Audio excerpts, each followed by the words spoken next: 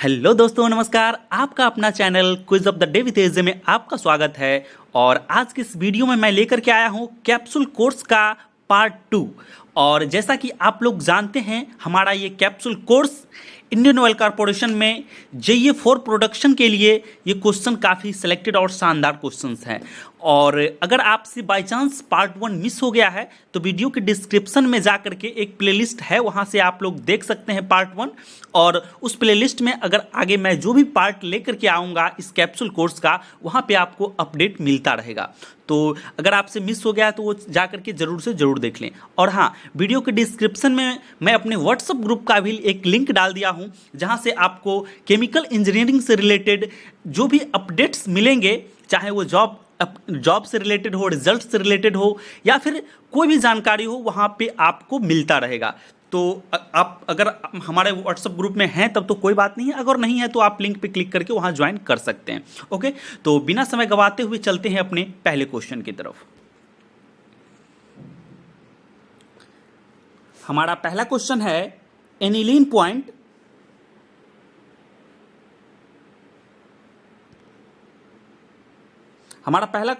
Aniline point test of an oil qualitatively indicates the dash content of an oil. मतलब aniline point test जो है वो कौन सा कंटेंट ऑयल में इंडिकेट करता है। Option A paraffinic content, option B olefin, option C aromatic और ऑप्शन डी नेफ्थीन। तो इसका आंसर आपको बताना है। तो इसका जो राइट आंसर है वो मैं पहले यहाँ पे बता देता हूँ। इसका राइट आंसर है सी। और इसके बाद अब चलते हैं थोड़ा सा इसके एक्सप्लेनेशन की तरफ। तो सबसे पहले मैं आपको बता देना चाहता हूं कि एनिलीन पॉइंट होता क्या है। ठीक है, तो एनिलीन पॉइंट क्या होता है, ये एनिलीन पॉइंट जो है टेम्परेचर है। कौन सा टेम्परेचर है, तो lowest temperature at which equal volume of fresh aniline and oil are completely miscible. Aniline point वह टेम्परेचर है जिस टेम्परेचर पर एनिलीन और ऑयल सैंपल अगर आप मिक्स करेंगे तो कंप्लीटली जब मिक्स हो जाएगा जिस टेम्परेचर पे, उसी टेम्परेचर को बोलते हैं एनिलीन पॉइंट। ओके, और एनिलीन पॉइंट से जुड़ा एक और यहाँ पे जानकारी जो कि अभी आपके ऑब्जेक्टिव क्वेश्चन में भी है, aniline point is a measure of aromatic content. यही आपके क्वेश्चन में दिया हुआ है। तो एनिलीन पॉइंट में क्या होता है कि एरोमेटिक कंटेंट जो है मेजर करते हैं। ठीक है, और low aniline point have high aromatic content. जिसका एनिलीन पॉइंट लो आता है इसका मतलब उसमें ये एरोमेटिक कंटेंट जो है वो ज़्यादा है। ओके, तो और हाँ, एक ये यहाँ से क्वेश्चन डायरेक्ट एग्जाम में आता है। एक शानदार क्वेश्चन था एनिलीन पॉइंट से टॉपिक से संबंधित, इसलिए मैं यहाँ पे इसको लेकर के आया हूँ। डायरेक्ट एग्जाम में फार्मूला पूछता है, एपीआई ग्रेविटी का फार्मूला क्या होता है। तो यही डाटा आप लोग याद रखिएगा, 141.5 divided by specific gravity minus 131.5, ये डायरेक्ट एग्जाम में फार्मूला आता है। फिर डीजल इंडेक्स का क्या फार्मूला होता है, तो aniline point multiply API gravity divided by 100। ठीक है, और उसके बाद C10 नंबर का जो फार्मूला होता है वो डीजल इंडेक्स माइनस 3। ठीक है, तो जब C10 नंबर पूछेगा तो उसके लिए एपीआई ग्रेविटी चाहिए, डीजल इंडेक्स चाहिए। ठीक है, और सिर्फ अगर स्पेसिफिक ग्रेविटी दे दे और C10 नंबर पूछे तो पहले एपीआई ग्रेविटी निकालना है, फिर उसके बाद डीजल इंडेक्स निकालना है, वहाँ पे एनिलीन पॉइंट दिया रहेगा, और उसके बाद C10। मतलब यहाँ पे ये डाटा लाने का मेरा पर्पस ये है कि ये तीनों क्वेश्चन जो है अपने आप में एक क्वेश्चन है। ठीक है, तो एक क्वेश्चन के एक्सप्लेनेशन में आपको 2, 3, 4 क्वेश्चन कवर हो जाएंगे। इस हमारा कैप्सूल कोर्स का पर्पस ही है एक एक क्वेश्चन का ऑपरेशन करना। ठीक है, जो भी क्वेश्चन मैं लेकर के आऊँगा, एक क्वेश्चन से आपको कम से कम तो 7 से 8 क्वेश्चंस कवर होंगे। तो हमारा कैप्सूल कोर्स ये आपके लिए काफ़ी फायदेमंद होने वाला है अगर आप इंडियन ऑयल कॉर्पोरेशन में JEE पोस्ट के लिए प्रिपरेशन कर रहे हैं तो। ठीक है, उसके बाद चलते हैं अगले क्वेश्चन की तरफ। अगला क्वेश्चन है the main aim of cracking is to produce. Cracking का मेन एम क्या प्रोड्यूस करना है। Option A gasoline, option B lube oil, option C LPG, option D coke. तो इसका जो राइट आंसर है वो है ऑप्शन ए गैसोलीन। अब जरा सा हम बात करते हैं, देखिए इसका आंसर तो गैसोलीन है। अब थोड़ा एक्सप्लेनेशन देख लेते हैं क्रैकिंग क्या होता है। तो cracking in a petroleum refining, the process by which heavy hydrocarbon molecules are broken up into lighter molecules by means of a heat and usually pressure and sometimes catalyst। मतलब ये cracking क्या होता है, तो इसमें हैवी मॉलिक्यूल्स को lighter molecules में break किया जाता है, और ब्रेक करने का मीडियम वो या तो हीट हो सकता है या प्रेशर हो सकता है या कैटलिस्ट से भी ब्रेक कराया जा सकता है। तो उस ठीक है, ये देखिए ये एक एग्जांपल है, जैसे इसमें डेकेन है, ये हैवी मॉलिक्यूल्स है ना, इसको प्रोपेन और हेप्टेन में तोड़ दिया क्रैकिंग से, तो एक एग्जांपल है। और यहाँ पे ये देख लीजिए, क्रैकिंग जो है वो थर्मल क्रैकिंग अभी बताए हैं आपको, हीट से हम वो क्रैक कर सकते हैं तो उसको बोलते हैं थर्मल क्रैकिंग, और कैटलिस्ट से जो किया जाता है उसको बोलते हैं कैटालिटिक क्रैकिंग। और हाइड्रो क्रैकिंग ये वाटर के प्रेशर से भी किया जाता है, ठीक है। तो तीनों जो है सो क्रैकिंग का टाइप है, ओके। अब देखिए क्रैकिंग से रिलेटेड कुछ मैं यहाँ पे पॉइंट लेकर के आया हूं जो कि डायरेक्ट एग्जाम में यहां से क्वेश्चन आते हैं, ठीक है। सबसे पहले cracking is an endothermic reaction, यहां से आपको एक एमसीक्यू क्वेश्चंस देखने को मिल सकता है। आप ओपी गुप्ता भी पढ़े हैं तो वहां भी आपको देखने को मिल जाएगा ये क्वेश्चन। क्रैकिंग क्या है, इंडोथर्मिक रिएक्शन है। और catalyst used in cracking silica और एल्यूमिना, कैटलिस्ट जो कैटालिटिक क्रैकिंग में यूज किया जाता है वो सिलिका और alumina. Main aim to produce gasoline, ये भी एक क्वेश्चन है। In catalytic cracking gasoline obtained has very high aromatic content.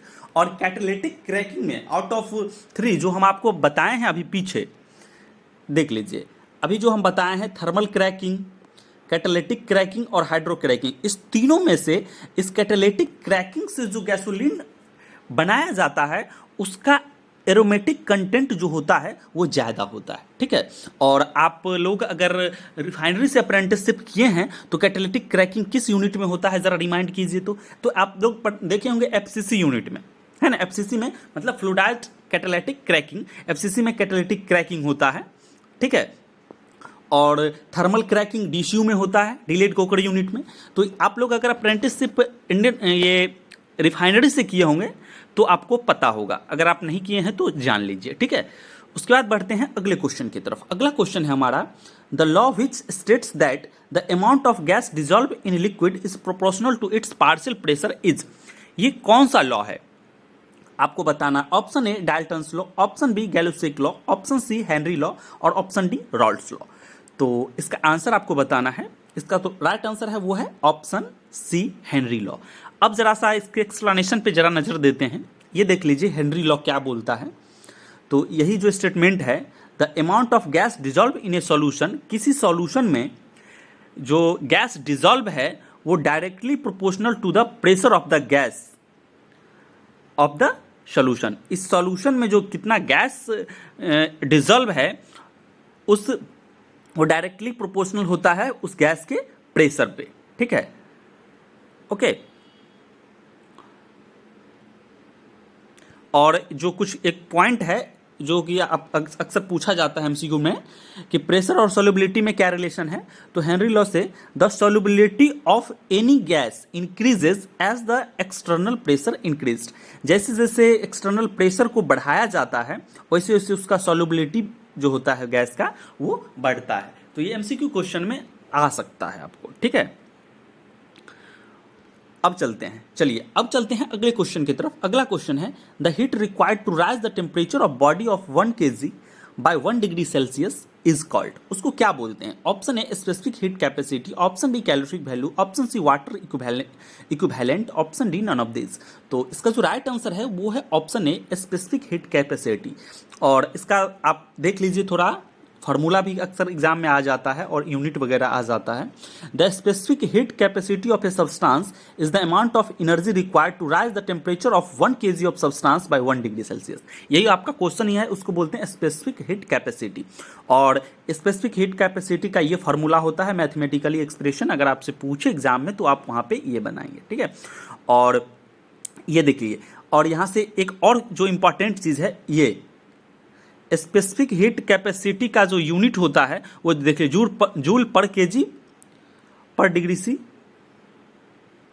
ठीक है, ये इसका यूनिट होता है। तो अक्सर जो है यूनिट भी कभी कभी जूल पर केजी पर डिग्री सी, इसका यूनिट भी कभी कभी जो है स्पेसिफिक हीट कैपेसिटी का आपसे पूछा जा सकता है, ठीक है।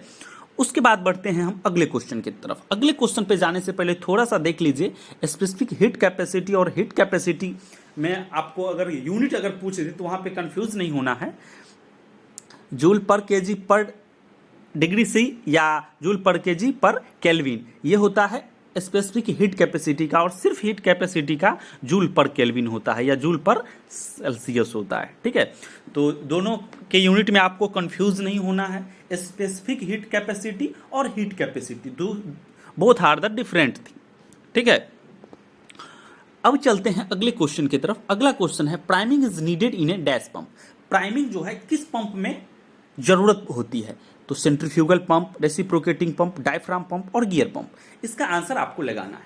तो इसका जो राइट आंसर है वो है ऑप्शन ए, सेंट्रीफ्यूगल पंप।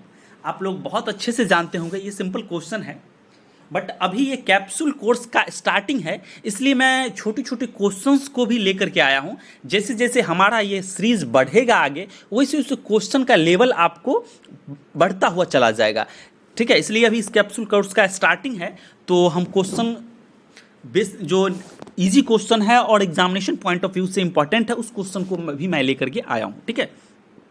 हो सकता है कुछ जिसके लिए आसान लग रहा हो, किसी के लिए क्वेश्चन नया भी हो सकता है, किसी के लिए मतलब डिफिकल्ट भी हो सकता है, ठीक है। तो अब देखिए प्राइमिंग क्या होता है। प्राइमिंग क्या होता है तो देखिए, priming is a crucial process in centrifugal pump that ensure that pump is filled with fluid before it started. Pump को स्टार्ट करने से पहले आपको ये इंश्योर होना है कि पंप जो है, जिस फ्लूइड को हमको पंपिंग करना है, उससे वो उसका केसिंग जो है सो भरा हुआ है, उसमें एयर नहीं है। The priming process involve filling the pump casing with the fluid to be pumped, ठीक है। जिस फ्लूइड को आपको पंपिंग करना है उस केसिंग में जो है वो फ्लूइड पूरा भरा हुआ है।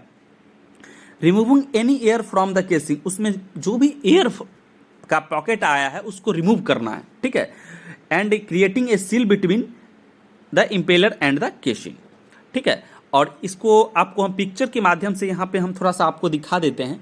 एक पंप ये है जो कि प्राइम्ड नहीं है, तो देख रहे हैं इसके केसिंग में ये गैपिंग है, एयर भरा हुआ है। फ्लूइड आधा ही है, फ्लूइड आधा है तो खाली जगह में एयर होता है, ये तो हम लोग बचपन से पढ़ते आए हैं। अगर आधा एक गिलास है, अगर उसमें आधा पानी है मतलब क्या, आधा उसमें एयर भी भरा हुआ है ना। तो इसी तरह से, और ये पंप इसका केसिंग पूरा भरा हुआ है, तो इसमें से एयर पूरा जो है सो वो क्या है, निकाल दिया गया है ना। तो अब देखिए, अब है कि प्राइम कैसे करेंगे। तो ये आप इंडस्ट्री में पंप आप देखे होंगे, सेंट्रीफ्यूगल पंप, इसके डिस्चार्ज लाइन में पीजी होता है ना। डिस्चार्ज लाइन में पीजी होता है, पीजी में एक ड्रेन दिया हुआ होता है, वहाँ से भी आप ड्रेन कर सकते हैं। अगर वो कूल्ड फ्लो, ऐसा नहीं है कि सारे पंप में आपको पीजी से ही ड्रेन करना है, ऐसा नहीं है। अगर कोई हॉट पंप है या ऐसा मटेरियल है या फिर कोई वैक्यूम पंप है जिसको हम बाहर ड्रेन करने से वैक्यूम भी डिस्टर्ब हो सकता है, तो ऐसा नहीं है कि सारे पंप का पीजी से ही ड्रेन करेंगे। किसी किसी का क्या है कि जैसे मान करके चलिए कि एक कॉलम है और इसमें से अगर पंप सक्शन ले रहा है, ठीक है, तो डिस्चार्ज से लेकर के, डिस्चार्ज से एक लाइन जो है सो बैक टू कॉलम दिया जाता है, जहाँ पे एक आईवी होता है। यहाँ से इसको ओपन करने से भी क्या होता है, ये केसिंग वाला एयर जो है सो वो कॉलम में चला जाएगा। मतलब बैक टू कॉलम भी प्राइमिंग होता है, जिस फ्लूइड को हम बाहर प्राइम नहीं कर सकते हैं, या फिर वैक्यूम कॉलम है जिससे कि हमारा वैक्यूम डिस्टर्ब होगा, या फिर कोई हॉट फ्लूइड है जिसको बाहर हम लोग नहीं कर सकते हैं, ठीक है। तो इसी तरह से आप लोग प्राइमिंग उसको करना है, ठीक है। और ये वीडियो हमारा आपको रिटन के साथ साथ इस टाइप का क्वेश्चन आपको इंटरव्यू स्किल टेस्ट में भी आपको हेल्प मिलेगा, ठीक है। तो बारीकी से देखें।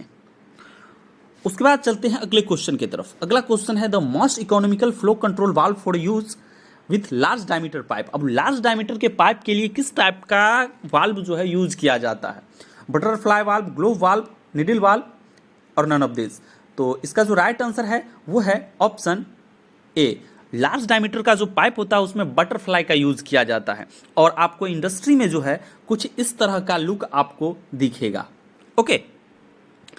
उसके बाद हम बढ़ते हैं अगले क्वेश्चन की तरफ। अगला क्वेश्चन है the star appear to move from east to west. Star को जो हम लोग देखते हैं, तारे को, यह पूरब से पश्चिम की ओर मूव करता हुआ दिखाई देता है, क्यों? तो all star move from the east to west, the earth rotates from west to east, the earth rotates from east to west and the background of stars move the from the west to east. तो इसका answer आपको बताना है। तो इसका answer जो है वो है ऑप्शन बी, ठीक है, the earth rotates from west to east, ठीक है।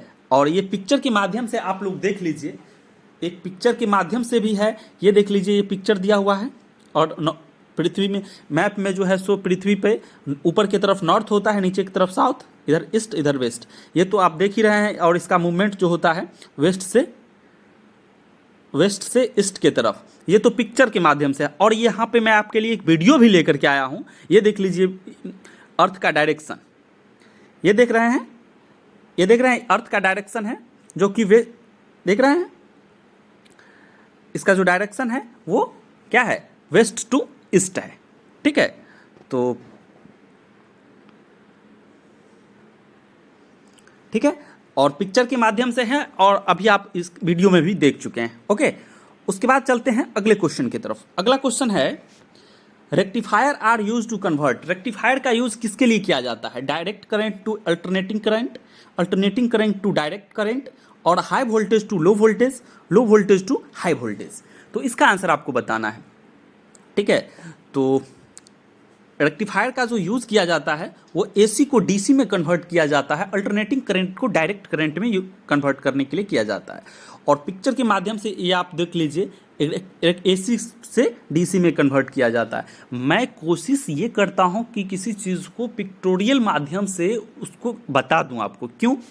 क्योंकि हमारे ब्रेन का ऐसा नेचर है, ये ह्यूमन नेचर है, हर किसी के ब्रेन का ये टेंडेंसी है कि अगर किसी चीज़ को आप पिक्चर के माध्यम से उसको देखते हैं तो वो हमारे दिमाग में छप जाता है और वो लंबे समय तक याद रहता है, ठीक है। इसलिए एज मोर एज पॉसिबल, जितना पॉसिबल होता है उतना मैं उसको पिक्चर के माध्यम से लेकर के आने का प्रयास करता हूँ, ठीक है। उसके बाद चलते हैं अगले क्वेश्चन की तरफ। अगला क्वेश्चन है which is use as tracing steam. कौन सा स्टीम जो है ट्रेसिंग स्टीम में यूज किया जाता है? MP steam, LP steam, both, या वीएचपी? वीएचपी मतलब वेरी हाई प्रेशर स्टीम। तो अब देखिए ट्रेसिंग स्टीम, इस वर्ड से अगर आप लोग अनजान हैं तो मैं फिर इसमें देखिए पिक्चर के माध्यम से मैं आपको बताना चाहता हूँ कि लाइन में अगर कोई ऐसा मटेरियल होता है जो ठंड के समय में या फिर वो अगर वो जम जाएगा तो क्या होगा, लाइन चोक हो जाएगा, ठीक है। तो ऐसा ना हो इसलिए ऐसे मटेरियल्स वाले लाइन में स्टीम का ट्रेसिंग दिया जाता है, जिससे कि उसको क्या किया जाता है, गर्म रखता है, जिससे कि वो मटेरियल जमने वाला भी हो तो जमता नहीं है, अगर जम जाएगा तो लाइन चोक हो जाएगा, ठीक है। तो यही है ट्रेसिंग, कंफ्यूज नहीं होना है, ट्रेसिंग कुछ नया चीज़ नहीं है। ट्रेसिंग बस लाइनों में स्टीम का ये पतला सा लाइन उसको लपेट दिया जाता है जिससे कि अंदर का मटेरियल जो है वो जमे ना, जिससे कि लाइन चोक ना हो, ओके।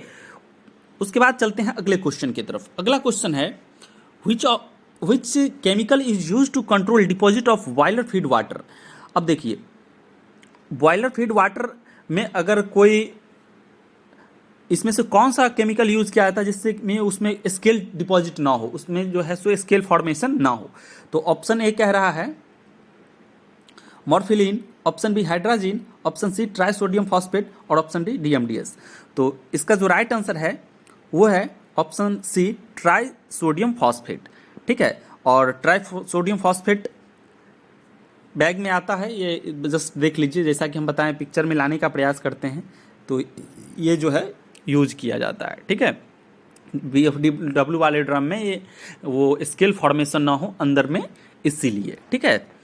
तो उम्मीद करते हैं कि हमारा ये कैप्सूल कोर्स आपको पसंद आ रहा है, और अगर आप लोग चाहते हैं कि मैं आपके लिए और बेस्ट से बेस्ट कंटेंट ला करके दूं तो आप लोग ज़्यादा से ज़्यादा अपने दोस्तों को शेयर कर दीजिए, जिससे कि जितने ज़्यादा दोस्तों को हमारे वीडियो से बेनिफिट मिलेगा हमारे लिए मोटिवेशन उतना ही ज़्यादा होगा, और हम प्रयास करेंगे कि आपके लिए बेस्ट से बेस्ट कंटेंट लाता रहूं, ओके। वीडियो को पूरा देखने के लिए आपका बहुत बहुत धन्यवाद।